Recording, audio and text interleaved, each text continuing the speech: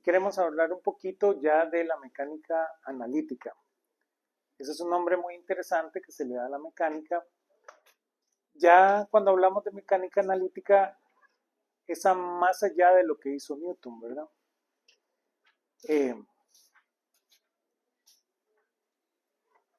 Newton, en su trabajo, solemos llamar que él hizo la mecánica vectorial, y al no existir el cálculo diferencial como tal, no podemos hablar de que exista análisis. Entonces, los matemáticos, yo les había contado que le llaman al cálculo diferencial análisis. Entonces, cuando hablamos de mecánica analítica, nos estamos refiriendo a eso. ¿Cómo se hace ahora la mecánica considerando el cálculo diferencial ya como un aspecto importante? Entonces, a este siguiente paso se le suele llamar mecánica analítica. Podemos recordar nuestro diagrama con el que empezamos el curso. Habíamos dicho que aquí estaba la mecánica clásica,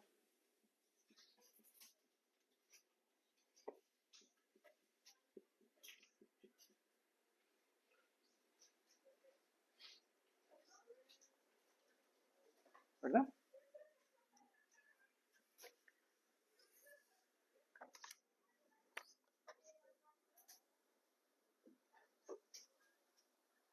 Y que la mecánica clásica lo que busca son las ecuaciones del movimiento.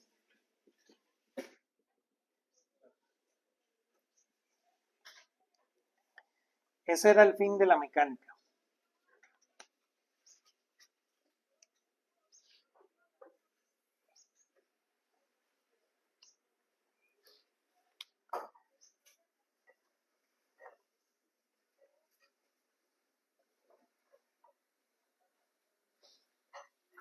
Ya habíamos mencionado que para lograr esto podíamos utilizar a Newton con la segunda ley, que esa era la versión más usual. Cuando hacíamos eso, a este concepto le llamamos mecánica de Newton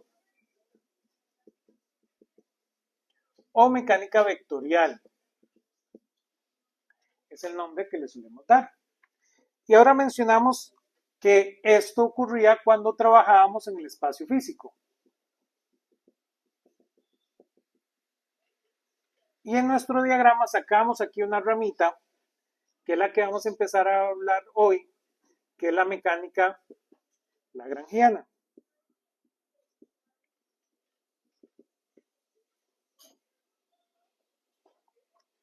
La mecánica lagrangiana vive en el espacio de configuración.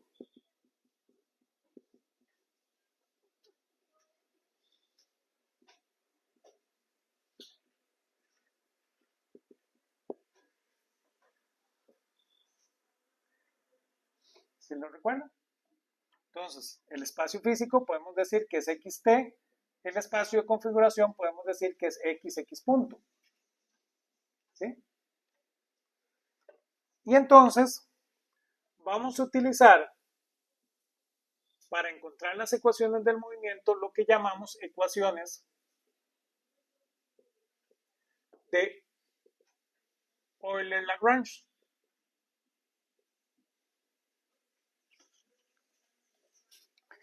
Y ya habíamos dicho que este procedimiento lo buscamos para eliminar los vectores.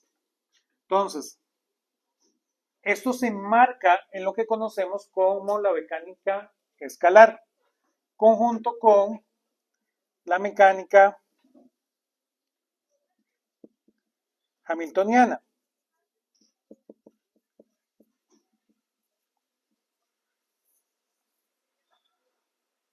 De la mecánica hamiltoniana vamos a hablar más hacia el final del curso, ¿verdad? Este es el último tema. Y con esto empezamos el siguiente curso.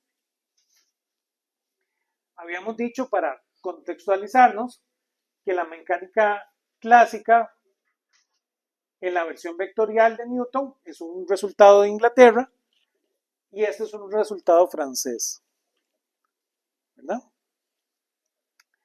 La hamiltoniana también viene de Inglaterra. Entonces, ¿Qué fue lo que hizo Lagrange? Lagrange, un gran matemático, se enfrenta a este problema, al problema de encontrar un caso vectorial de la mecánica de Newton. Va a ser el mismo problema el que vamos a resolver, van a ver que vamos a resolver los mismos problemas. Pero la parte interesante es que en esta búsqueda vamos a aprender sobre la mecánica misma. Y eso nos va a permitir exportar la mecánica a mundos donde no lo hacíamos. Entonces, cuando usted quiere ir a la mecánica cuántica, cuando usted habla de mecánica cuántica, es porque usted puede agarrar este formalismo que aprendió y aplicárselo al mundo cuántico. Igual cuando habla de mecánica relativista, entonces usted puede agarrar este conocimiento de la estructura de la física como tal y exportarlo a la física relativista. Entonces, por eso fue muy importante esta forma de entender la mecánica como tal, ¿verdad? Por eso nos vale bastante la pena empezar a resolver los problemas mismos con este otro formalismo que es el nombre técnico, ¿verdad? Un formalismo totalmente escalar. Dicho eso, hablemos de quién fue Lagrange. Este resultado es de Giuseppe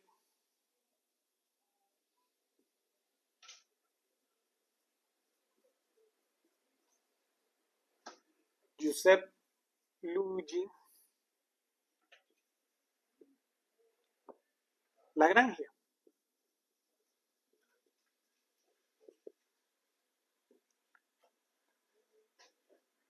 Giuseppe Luigi Lagrange.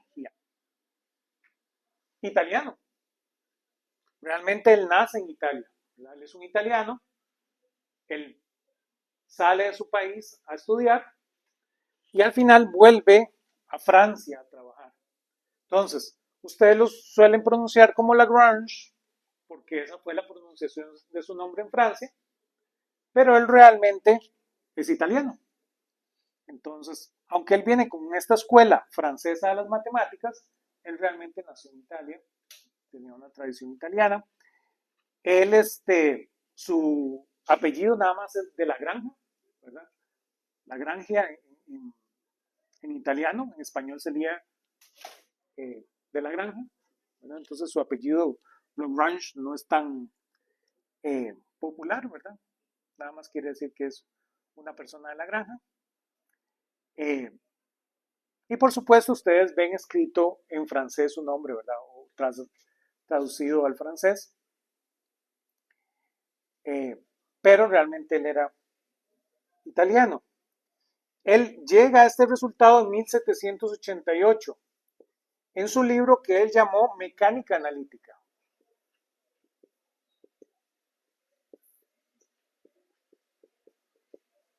Por supuesto era en francés, ¿verdad? Pero la traducción al español sería Mecánica Analítica, en su libro de 1788. Y él, por supuesto, agarra el tractor matemático y resuelve el problema que tenemos. El problema que tenemos es volver la mecánica de Newton una mecánica escalar. Entonces, lo que hace nuestro amigo Lagrange es simplemente meterle el tractor matemático, meterle toda la transmisión matemática que se tenía y agarrar los vectores y volverlos escalares. Eso es un poquito lo que vamos a hacer ahorita. Vamos a ver cómo logramos eso. Voy a borrar por acá.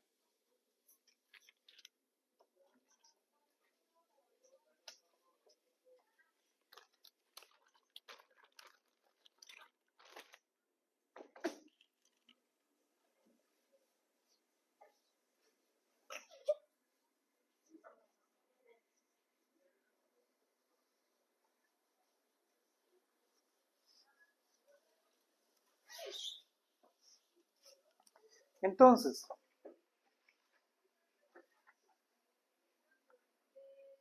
buscamos un caso escalar de la mecánica de Newton.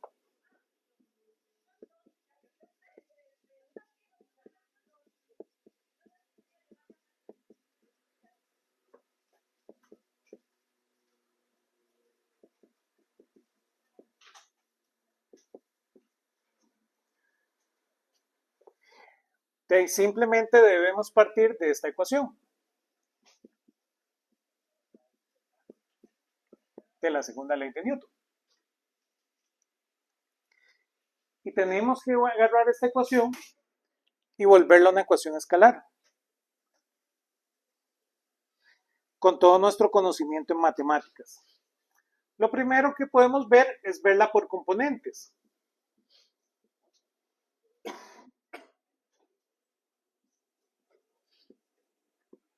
Esta es la forma de nuestra ecuación por cada componente del vector.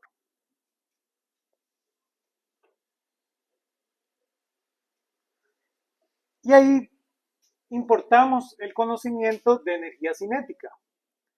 Recordamos que la energía cinética la podemos ver como un medio de m por x punto al cuadrado.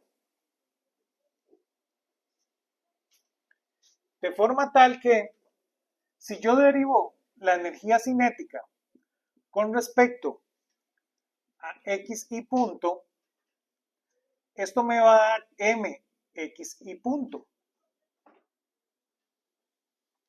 que eso es exactamente P sub i. ¿Por qué derivo con respecto a x punto? Bueno, porque estamos en el espacio de configuración. ¿Sí? Entonces, no es nada extraño lo que está haciendo Lagrange. Él dice, mira, yo puedo derivar con respecto a x punto. No tiene ninguna gracia derivar con respecto a x, estudiar el cambio de la energía cinética con respecto a x, porque la energía cinética no depende de x. Entonces tenemos ese primer resultado. También recordamos que la fuerza I la podemos ver como menos la derivada de U con respecto a XI. Entonces, van viendo. Lagrange dice, mira, qué interesante. Yo derivo la energía cinética respecto a la coordenada punto y la energía potencial con respecto a la coordenada sin punto. Calza perfecto empezar a ver cuál es el comportamiento de la energía potencial y la energía cinética en el espacio de configuración. Y claro, sin querer queriendo, vean que este elemento que está aquí es parte de la segunda ley de Newton.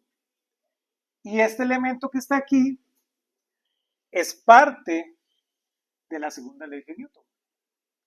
Entonces podemos sustituir en la segunda ley.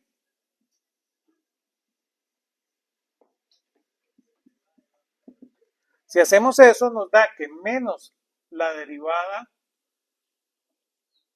del potencial con respecto a x y debe ser igual a la derivada temporal de la derivada parcial de t con respecto a x y punto.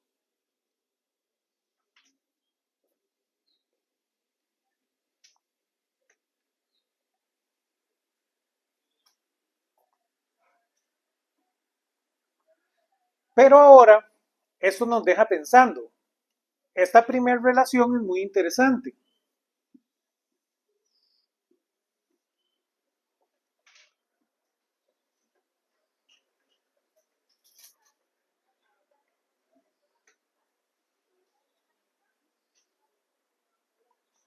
Pero no tiene nada de especial. Si yo estoy en el espacio de configuración, estos ceros no tienen nada especial. Yo los debería considerar. Si yo pienso, vemos cómo la derivada parcial de u con respecto a x punto i es 0. Pero él debería ser parte de la ecuación. No tiene ninguna razón por qué no tomarlo en cuenta. Igual tenemos que la derivada parcial de t con respecto a xy también es 0. Entonces, claro, yo puedo reescribir esta ecuación considerando estos ceros.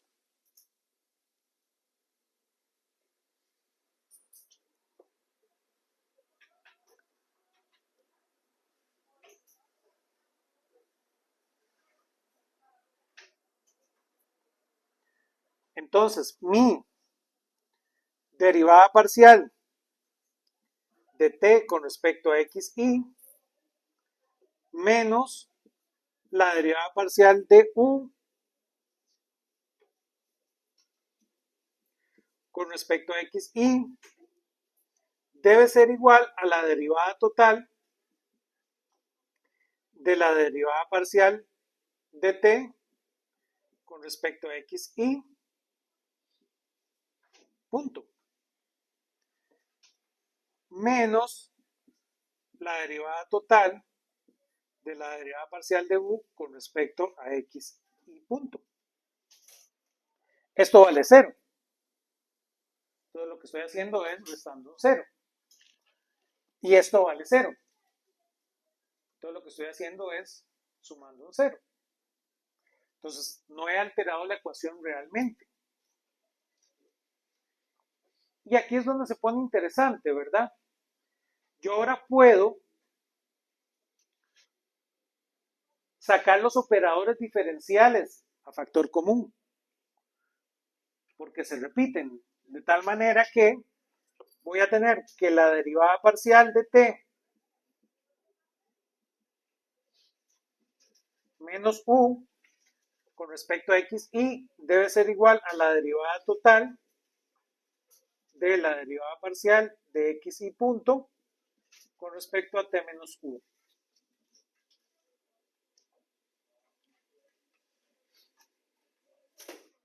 Y claro, aquí es donde a Lagrange se le prende el bombillo. Si yo ahora sustituyo por la definición de L, que es t menos u, yo voy a tener una ecuación muy interesante. Yo voy a tener que la derivada parcial de L con respecto a xy menos la derivada total de la derivada parcial respecto a xy punto de L debe ser igual a 0. Y esto que está aquí es idéntico a la ecuación de Euler que habíamos visto en la clase anterior, del cálculo variacional. Esta es la misma ecuación. Escrita de esta manera, formalmente se le llama la ecuación de Euler-Lagrange.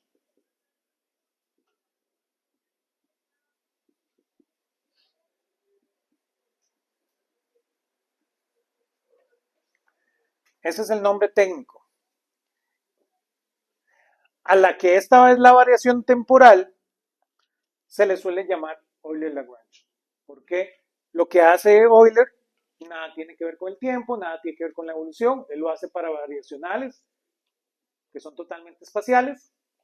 Pero Lagrange es el que se da cuenta que cuando usted ve este variacional como dependiendo del tiempo, es una forma de reescribir la segunda ley de Newton como una ecuación totalmente escalar, que viene determinada por este L. ¿No ven? A este L le llamamos hoy en día lagrangiano. Ese es el nombre técnico. Entonces yo construyo el lagrangiano, aplico la ecuación de Euler-Lagrange y obtengo las ecuaciones del movimiento. Sin involucrar ningún vector, ¿lo ven? Tengo un mecanismo para obtener las ecuaciones del movimiento sin involucrar ningún vector.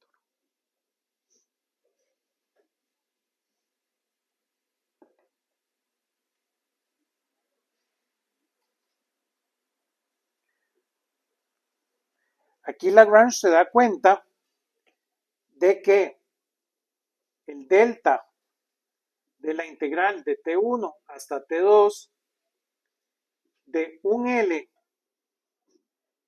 de xy punto integrado en dt debe ser igual a 0 para que tenga esa respuesta.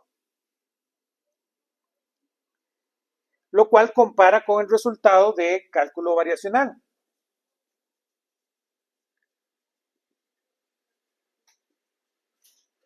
¿Dónde era que el delta de x1 hasta x2 de una función con un y' y aquí un x, ¿se acuerdan? De x debe ser igual a 0.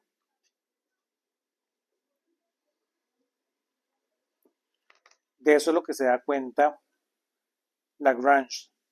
Y Lagrange dice, mira, esto que está aquí, Lagrange no lo puede explicar realmente, pero Lagrange dice, esto tiene que tener significado físico. El significado físico debe venir de aquí. ¿Lo ven? Que después de aquí es donde empezamos, cuando empezamos a hablar de nuestro amigo Hamilton.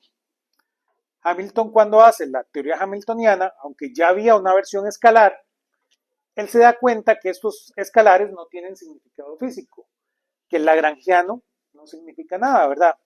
Agarrar la energía cinética y quitarle la energía potencial no tiene más significado en este contexto histórico, ¿verdad? Vamos a ver más adelante qué es lo que se da cuenta Hamilton, pero cuando se da este resultado uno dice, mira, esto no tiene algún significado físico, pero aún Lagrange apunta que este variacional es el que nos va a dar el significado físico. ¿Sí? Y él lo compara con este resultado de Euler, y entonces él hace la comparación directa y él dice, mira, es como si tuviéramos que x lo cambiamos por un t, que y sub i lo cambiamos por x sub i, y que y' lo cambiamos por x punto i, y que nuestra función ahora es el lagrangiano. Que el lagrangiano se construye con características de la física, por decirlo de una manera. Antes el variacional, del cálculo variacional, es una propuesta. En cambio aquí lo estamos agarrando de otra ecuación más, ¿lo ven? Aquí tiene una estructura de cómo se construye el lagrangiano. Y por eso es que a esto se le llama ecuación de Euler-Lagrange, no solo ecuación de Euler, ¿verdad? Porque aquí el lagrangiano tiene una regla estricta de construcción, cosa que aquí los variacionales no. Y claro, esa construcción estricta hace que esta ecuación, si ustedes echan para atrás, sea la segunda ley de Newton. Preguntas.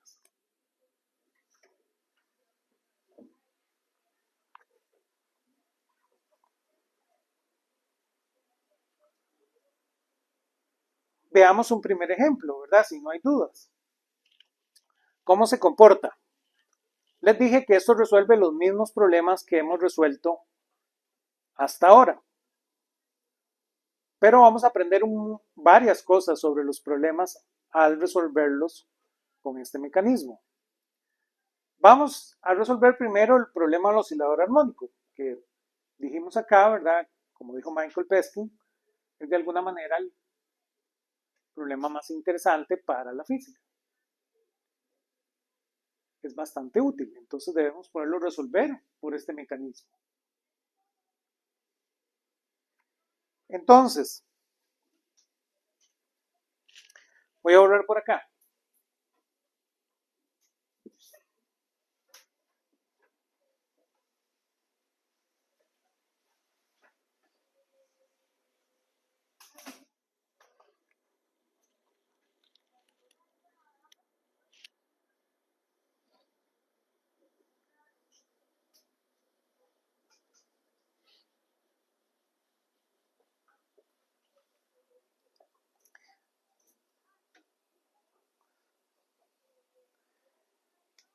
Veamos el caso del oscilador armónico.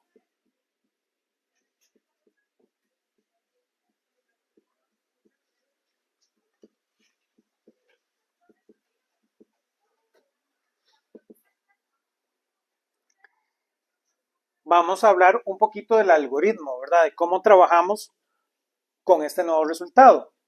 Vean que el primer paso es construir el lagrangiano. Ese va a ser nuestro primer paso. El lagrangiano tiene una regla, ¿verdad? De construcción. Simplemente es la energía cinética menos la energía potencial. Ya habíamos estudiado que para el oscilador armónico la energía cinética es simplemente un medio de mx punto y su energía potencial no es más que un medio de k por x al cuadrado. ¿Sí? Hasta ahí estamos todos claros. Ya sabemos cuál es el resultado, pero vamos a obtenerlo a partir de la ecuación de Euler-Lagrange. Con estos dos resultados construimos el lagrangiano, de tal manera que el lagrangiano para este caso va a ser este. Ese es el lagrangiano para un oscilador armónico.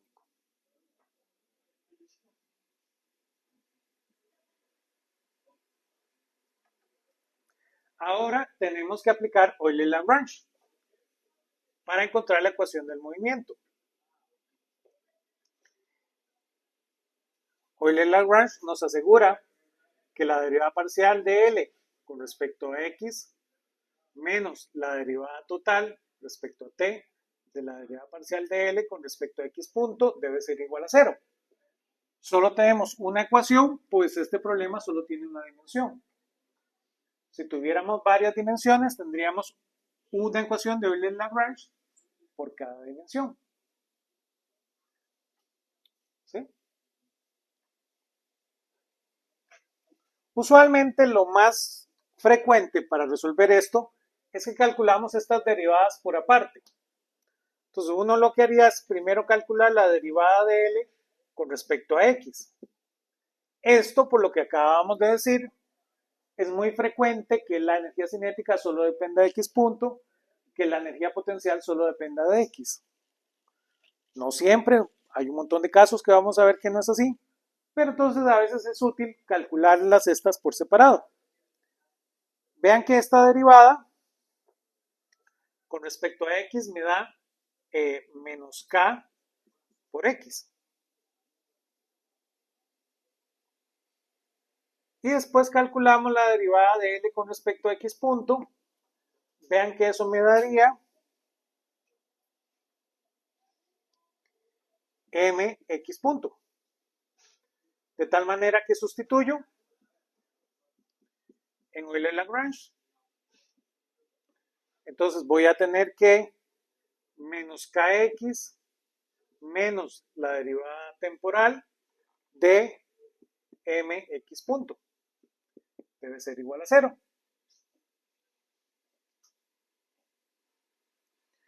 Y claro, ahora puedo hacer esta derivada total.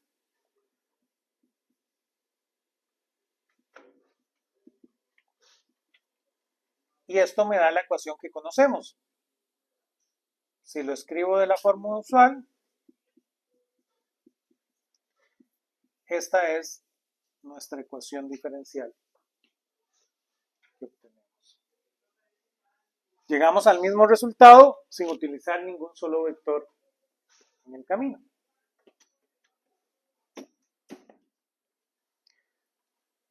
Esa es la ecuación diferencial que conocemos, tiene la solución que conocemos para el oscilador armónico. ¿Alguna pregunta hasta acá?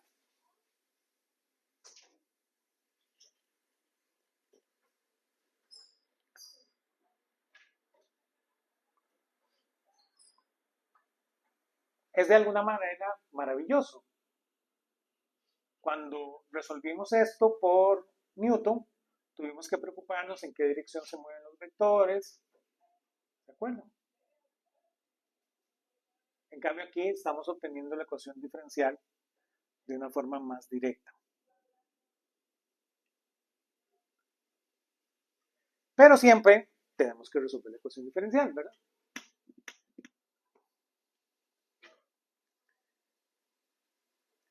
Hagamos otro ejemplo que nos va a enseñar un poquito de la física. Vamos al ejemplo del péndulo simple.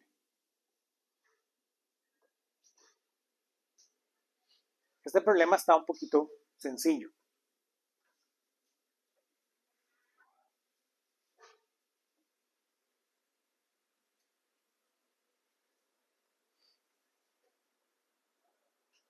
Voy borrando.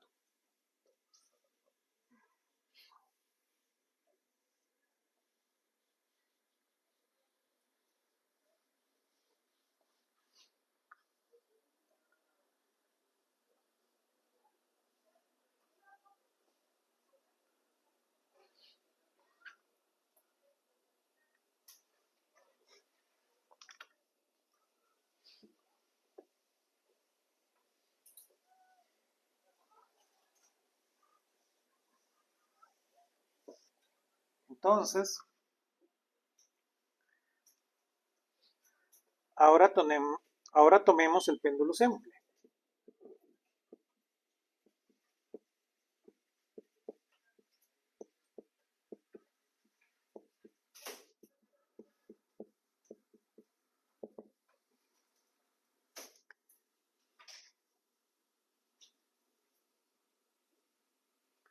Si construimos el lagrangiano, vean qué interesante. El lagrangiano para el péndulo simple va a ser un medio de m por L al cuadrado por el ángulo punto al cuadrado menos mgl de 1 menos el coseno del ángulo. Esta es nuestra energía potencial. Esta es nuestra energía cinética. Ya ustedes son expertos en eso. Vean que para este caso lo que tenemos es un péndulo acá que tiene una masa m y la longitud de la cuerda es L. Y claro, describe aquí un ángulo.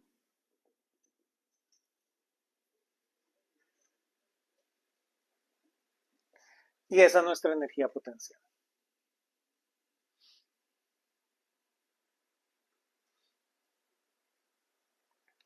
Vamos a hacer lo mismo. Ya con nuestro lagrangiano, vamos a intentar encontrar la ecuación diferencial.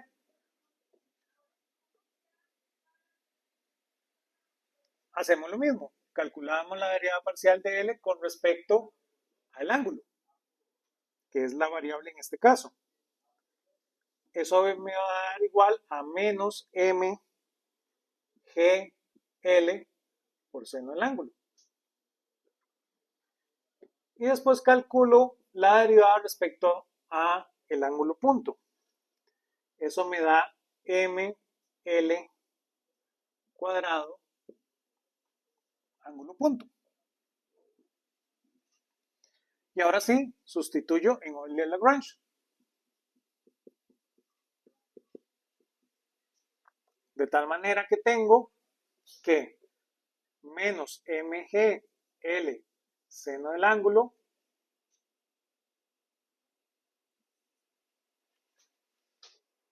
menos la derivada temporal de ml cuadrado, el ángulo punto, igual a 0. Puedo aplicar la derivada. Esto implica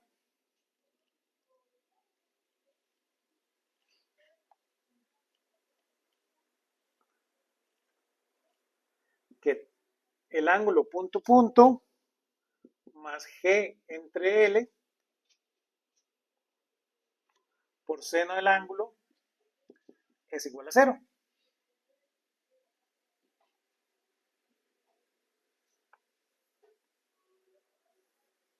Que ese es el resultado que conocemos.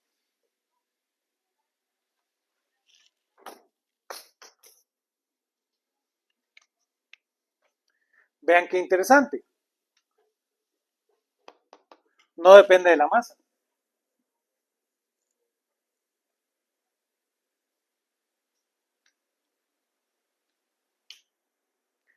No solo eso, algunos de ustedes de una vez se puede dar cuenta de que este 1 que está aquí nunca lo usamos.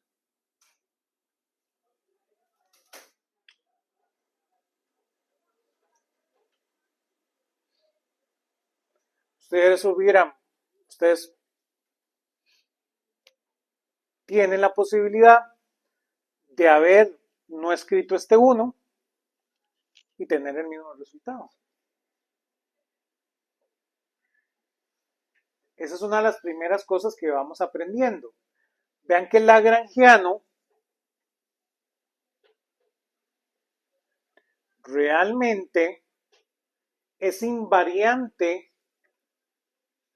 a términos que no contengan una variable del espacio de configuración.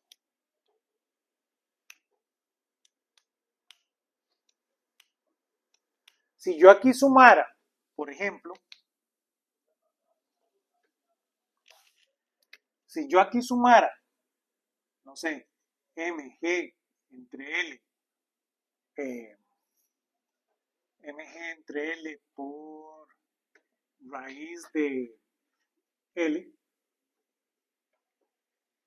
llegamos a la misma ecuación.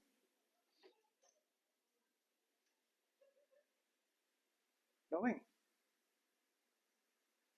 Eso va a ser muy importante. El nombre técnico de esto es que, como les digo, el lagrangiano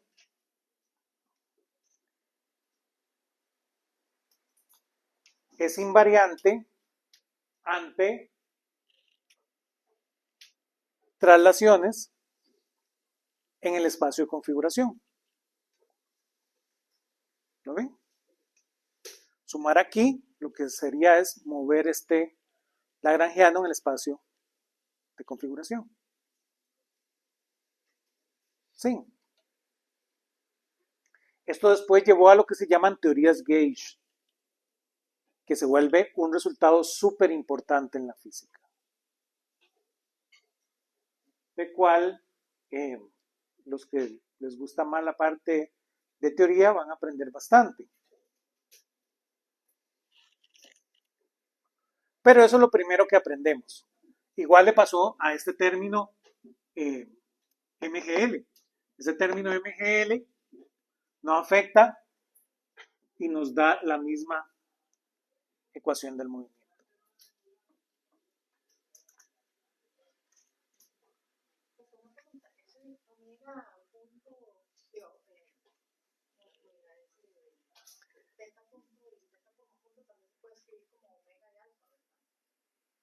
¿Sí? No, de usted siempre puede hacer el cambio de variable que usted desee. Esa es la gran ventaja de la mecánica de Newton. Esto nos introduce un concepto que va a ser súper importante para la construcción de lagrangianos. Uno podría quedar hasta aquí, pero eso le dice algo muy importante en la construcción de lagrangianos. Aquí no estamos sacando todo el potencial, porque aquí los estamos construyendo según las coordenadas del espacio físico. Pero si mi lagrangiano empieza a ser invariante a ciertas cosas, yo no necesito por qué tener esa paridad con el espacio físico. ¿Lo ven? Puedo sacarle ventaja de eso. Vean que aquí yo especifiqué la coordenada como el ángulo. Ustedes no dijeron nada. Uno puede hacer eso, ¿por qué no?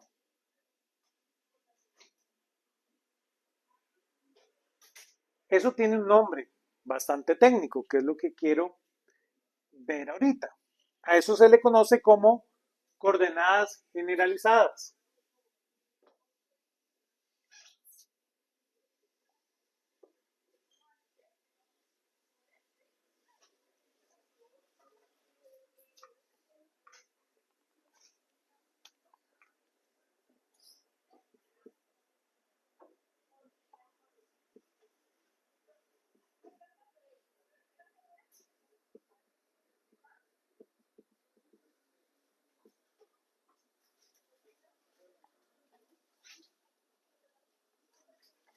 vamos a tomar ventaja de la flexibilidad que tiene el lagrangiano para especificar coordenadas.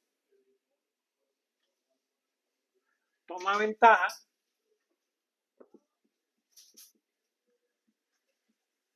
de la flexibilidad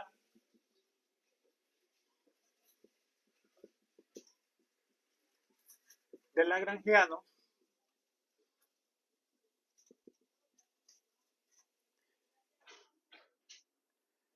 para especificar las coordenadas.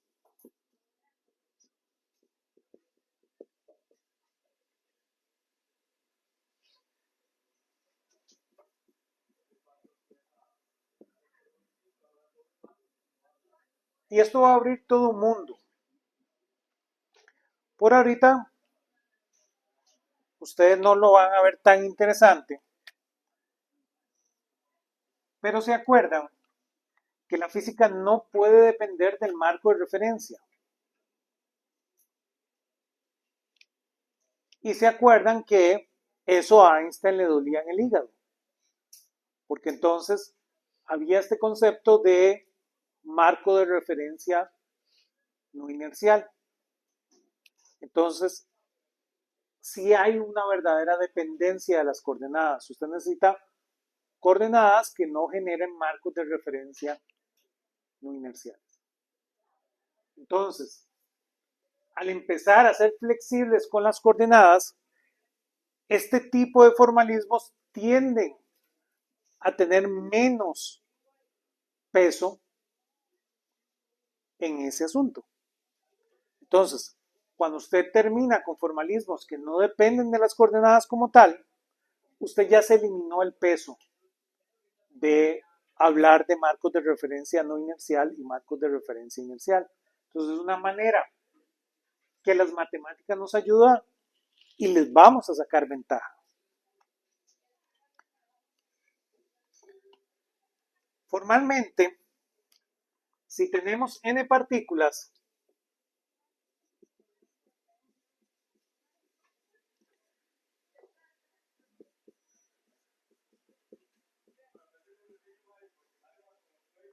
ocupamos tres n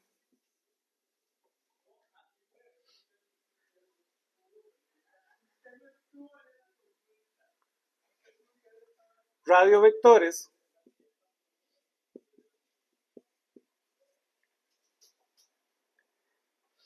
para las posiciones.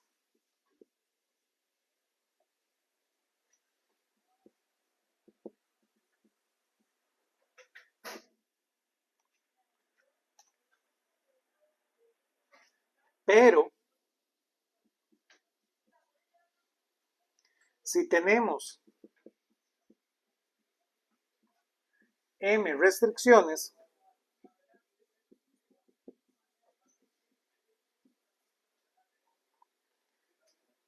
decimos que hay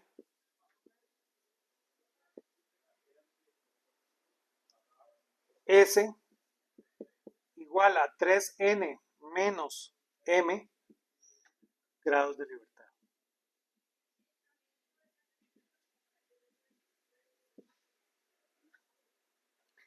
Entonces, eso es importantísimo.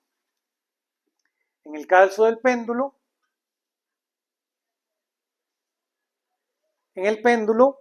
uno ocuparía 3n radios vectores para especificar la posición. Ocuparíamos tres coordenadas. Pero ¿qué pasa? El sistema del péndulo tiene dos restricciones. ¿Cuáles son las dos restricciones? El ángulo no es una restricción.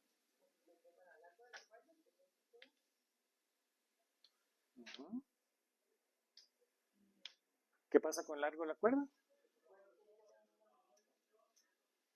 Tiene que estar fijo, ¿verdad? Entonces, estamos obligando a la partícula a moverse en un arco. ¿Sí? cuál es la otra restricción? No. Que se mueve en un plano. Si tuviéramos uno cónico, necesitáramos 2 grados de libertad. Pero como lo estamos obligando a moverse en el plano de la pizarra, entonces solo ocupamos 1 grado de libertad. ¿Sí? ¿Todos conmigo?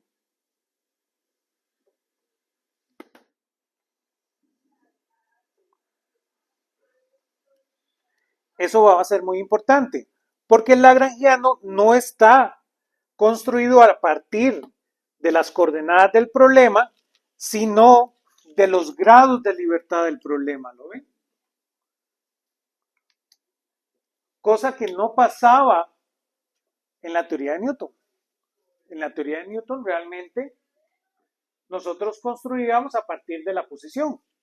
Y para la posición íbamos a ocupar 3n radiovectores.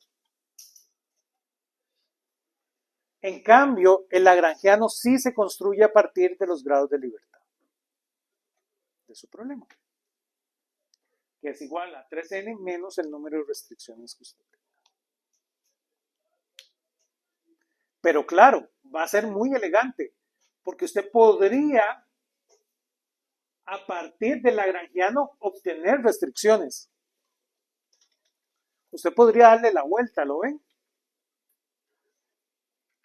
Usted podría dejar libre el lagrangiano y más bien encontrar qué restricciones tiene su problema. ¿Sí? Que eso vamos a verlo con cuidado. Voy a borrar por acá. Vamos a ver qué significa esto matemáticamente.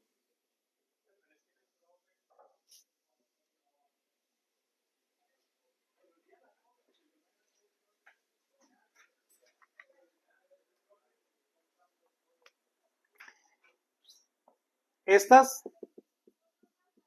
no tienen por qué ser distancia.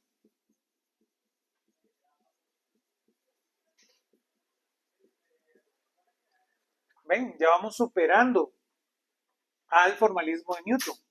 En el formalismo de Newton necesitamos la posición y la posición se mide en distancia.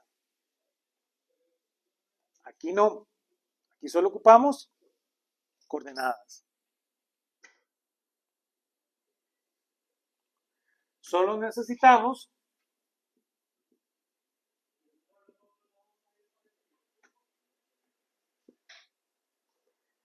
S coordenadas. Y esto da mucho que pensar a la física. Ya la física empieza a pensar, mira, yo podría hacer un espacio de configuración, no sé, de temperaturas. ¿Por qué tengo que usar distancias?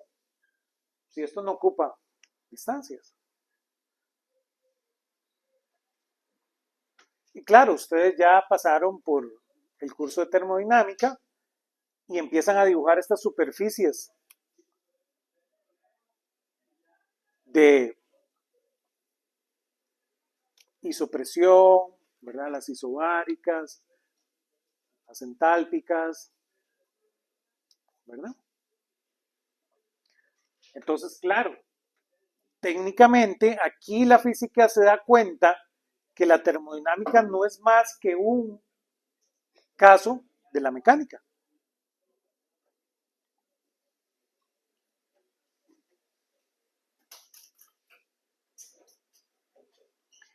Necesitamos S coordenadas que describan completamente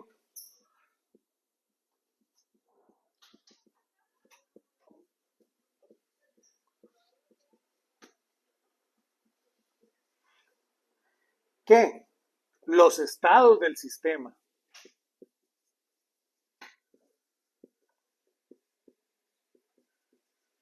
¿Lo ven? Termodinámica otra vez.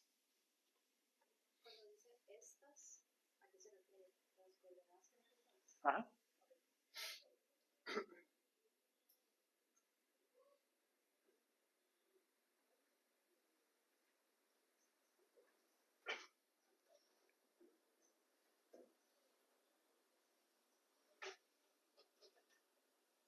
Si definimos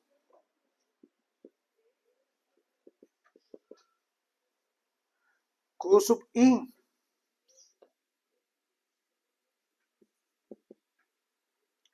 como las coordenadas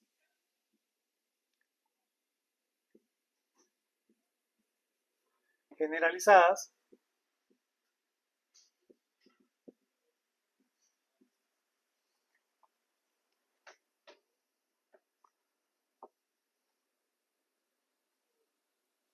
hablamos de Q sub I punto como velocidades generalizadas.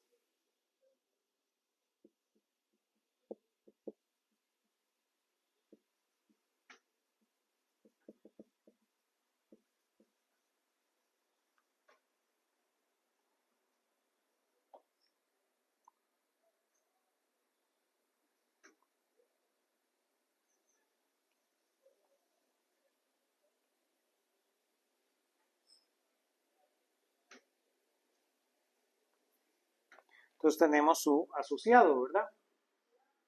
Coordenada generalizada, velocidad generalizada.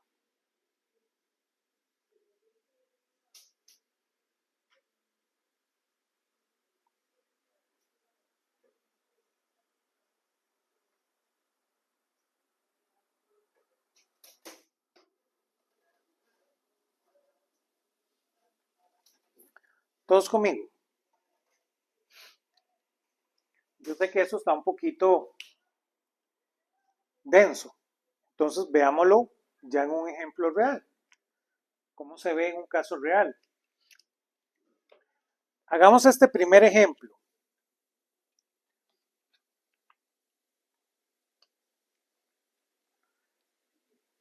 Y después volvemos al péndulo.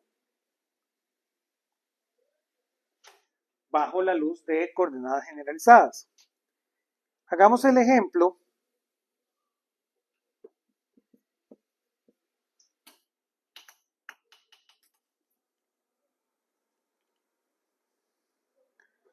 encuentre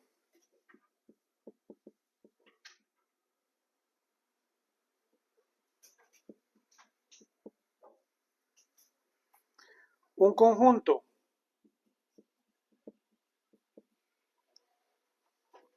de coordenadas generalizadas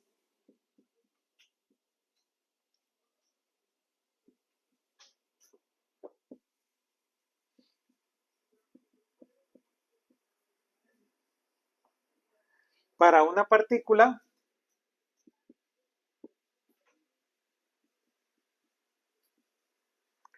moviéndose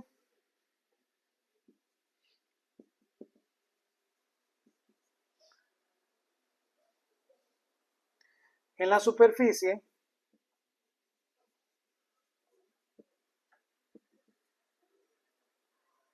de un hemisferio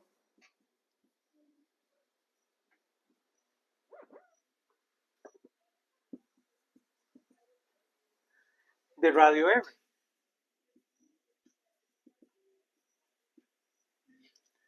Ya ustedes saben, ya resolvimos el problema del movimiento en un hemisferio. Un hemisferio nada más es media esfera. Entonces tenemos ahí media esfera y una partícula moviéndose ahí en la superficie de esa esfera.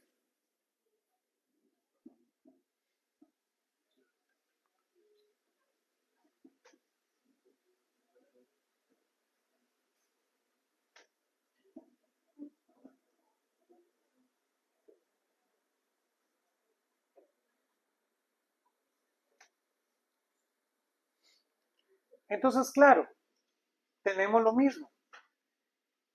A esta partícula necesitaríamos 3n radiovectores.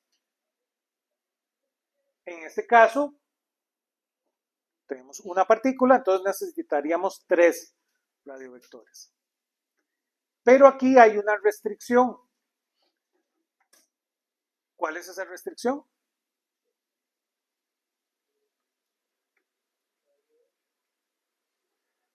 que estamos obligando a la partícula a moverse en la superficie de la esfera. Está restringida a moverse en la superficie de la esfera. Entonces, realmente, para estudiar el movimiento de esta partícula, solo ocupo dos coordenadas generalizadas, las cuales necesitamos encontrar. Primer paso, escriban la restricción. ¿Se acuerdan? Dijimos que cuando escribimos la restricción, la escribimos igual a 0. Entonces,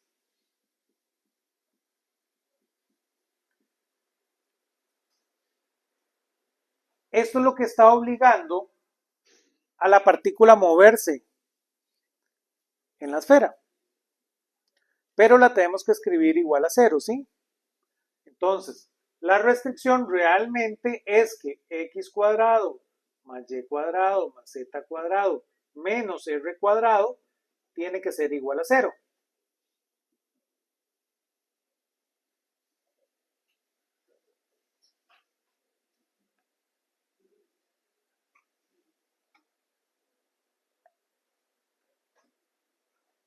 Entonces, claramente, como ustedes saben, para hacer estas coordenadas generalizadas, lo más elegante es adimensionarlas. Entonces, yo voy a decir que la Q1 realmente va a ser X dividido entre R, que la Q2 va a ser Y dividido entre R, y que Q3 simplemente va a ser Z dividido entre R. Eso hace que no tengan dimensiones.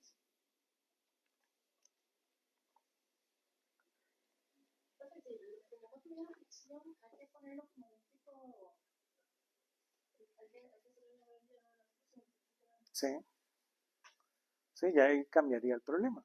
Ahorita solo estamos encontrando coordenadas. Ese problema podría tener fricción. Pero no vamos por ahí todavía. Entonces, claro, visto de esta manera, mi ecuación sería que Q1 cuadrado más Q2 cuadrado más Q3 cuadrado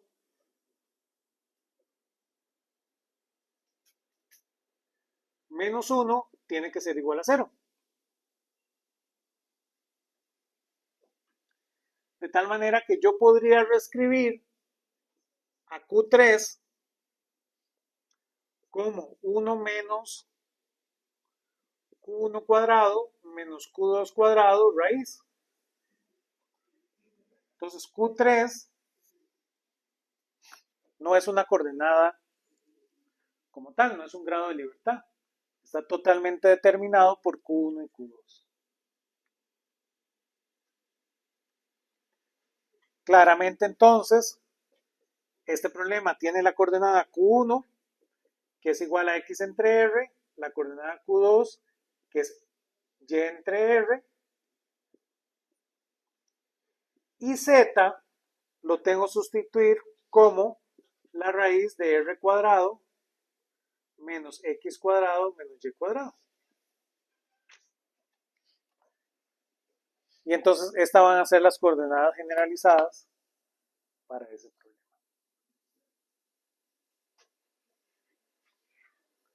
Preguntas.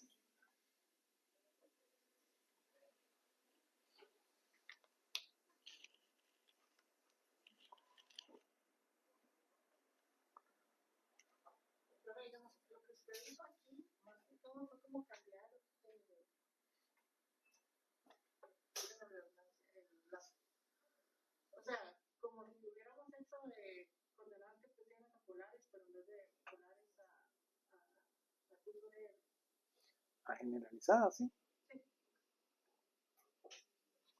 Estamos viendo las coordenadas generalizadas. Y simplemente estamos viendo que en este problema hay una coordenada que está totalmente determinada por la restricción. Entonces, si escribiéramos el lagrangiano realmente lo tenemos que escribir a partir solo de Q1 y de Q2. ¿Sí?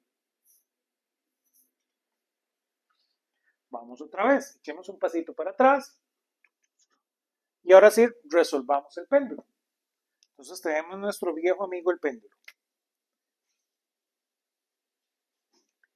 Tenemos aquí el pendulito.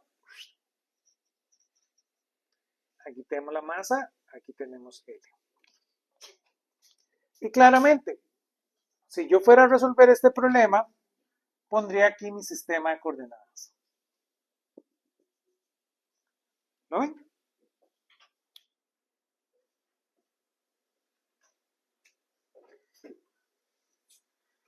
Donde aquí tendría mi Y y aquí tendría mi X.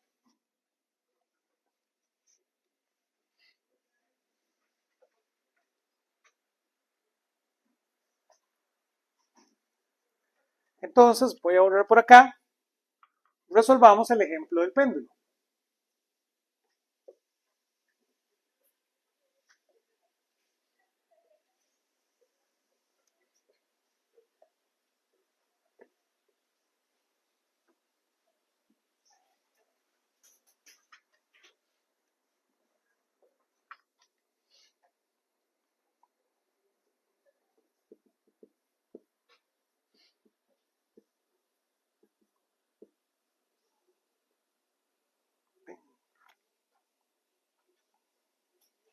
Entonces, tenemos dos coordenadas, Y y X. Si construyo la energía cinética, ¿verdad? Tengo que construir el lagrangiano. El lagrangiano, por definición, es la energía cinética menos la potencial. Si construyo la energía cinética para ese péndulo, su energía cinética no es más que esta cantidad. ¿Sí?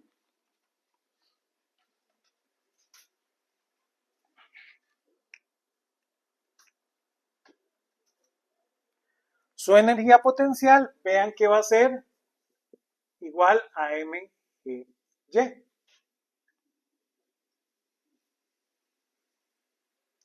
Y claro, de esa manera nuestro péndulo tiene este lagrangiano.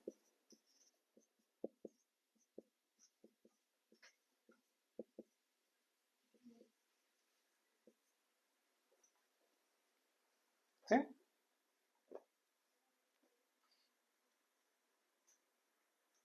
¿Todos conmigo?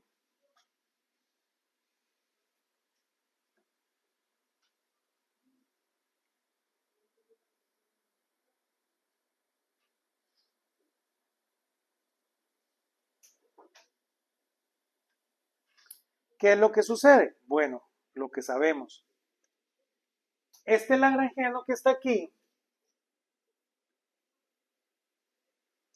debería poderse escribir a partir de solo una coordenada generalizada, porque este sistema tiene una restricción.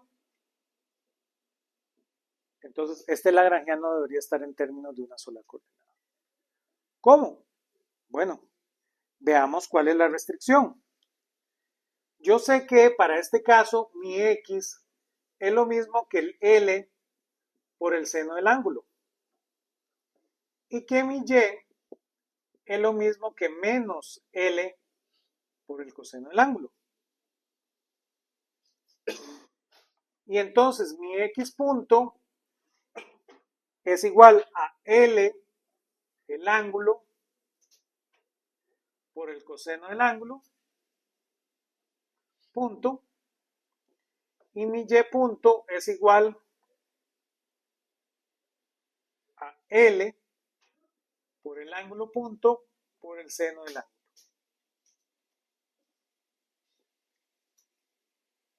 Entonces, claro, yo sustituyo este resultado de mi lagrangiano.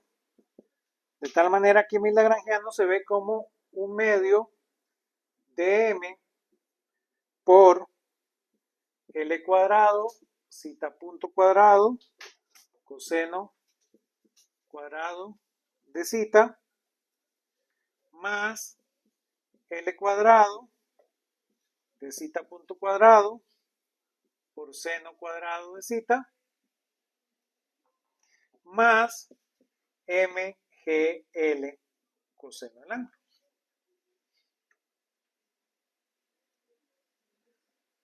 Entonces lo ven.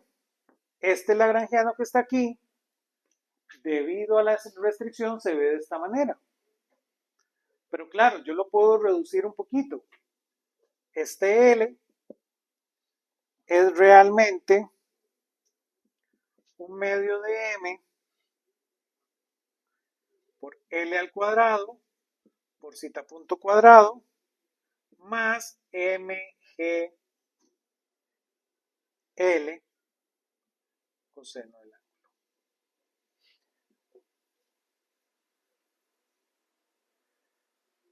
Que por lo que les conté de que el lagrangiano es invariante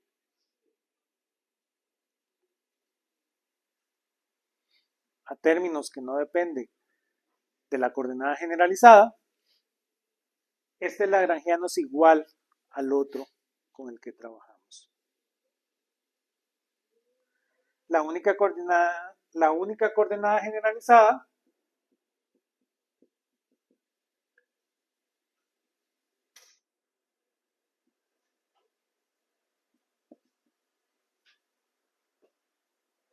es el ángulo. L no es una coordenada. De tal manera que hacemos lo mismo, ya con este lagrangiano, hacemos la derivada de L con respecto al ángulo. Eso nos da menos MGL seno del ángulo. Y hago la derivada de L con respecto al ángulo punto. Y eso me da ML cuadrado, el ángulo punto, sustituyendo en Euler-Lagrange, obtengo que el ángulo punto punto más G entre L por el seno del ángulo es igual a 0, que es lo que andaba buscando.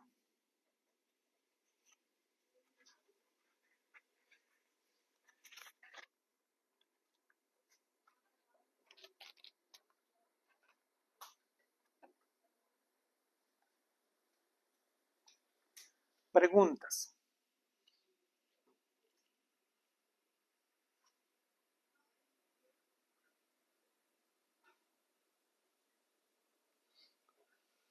Ahora llevemos esto a la máxima expresión. Vamos al problema más complicado que se nos ocurra de la teoría de Newton y resolvámoslo.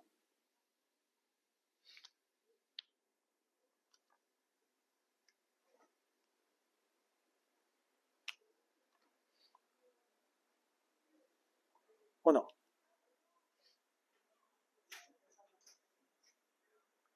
Me parece. Vamos a planos en movimiento.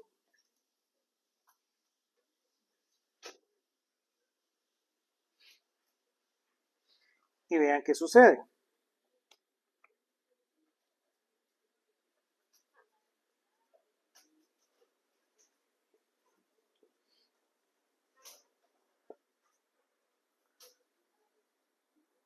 Pensemos que tenemos aquí un plano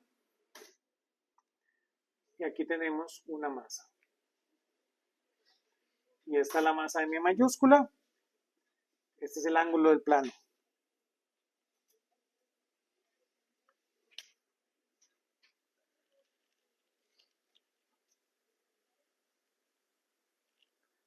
¿Qué piensan? ¿Cuántos grados de libertad tiene ese sistema?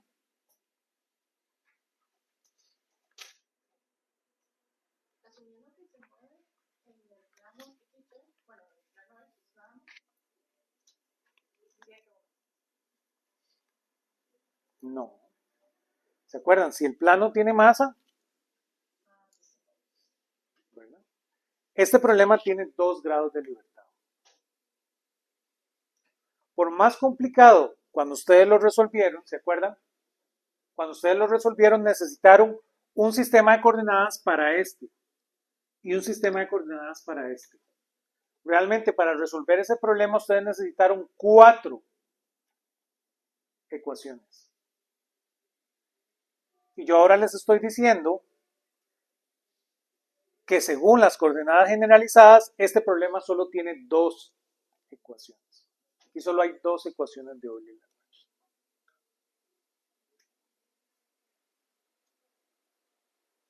¿Qué les parece? La primera vez que le dicen a uno esto, uno piensa, ah, me están mintiendo.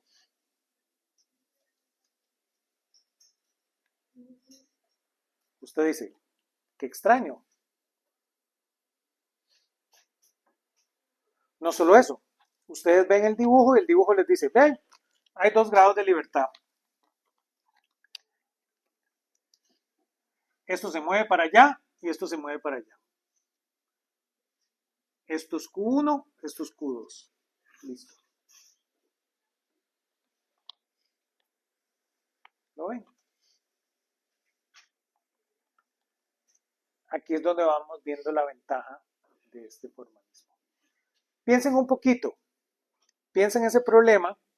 Con ese problema entramos la clase del jueves.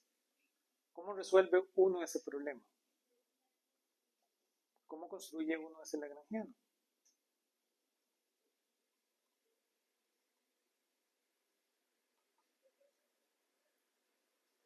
Entonces podemos quedar aquí por hoy. Piensen un poquito en eso. Revisen un poquito lo que hemos hecho. Ha sido un poquito pesado. Y con esto iniciamos la clase del jueves.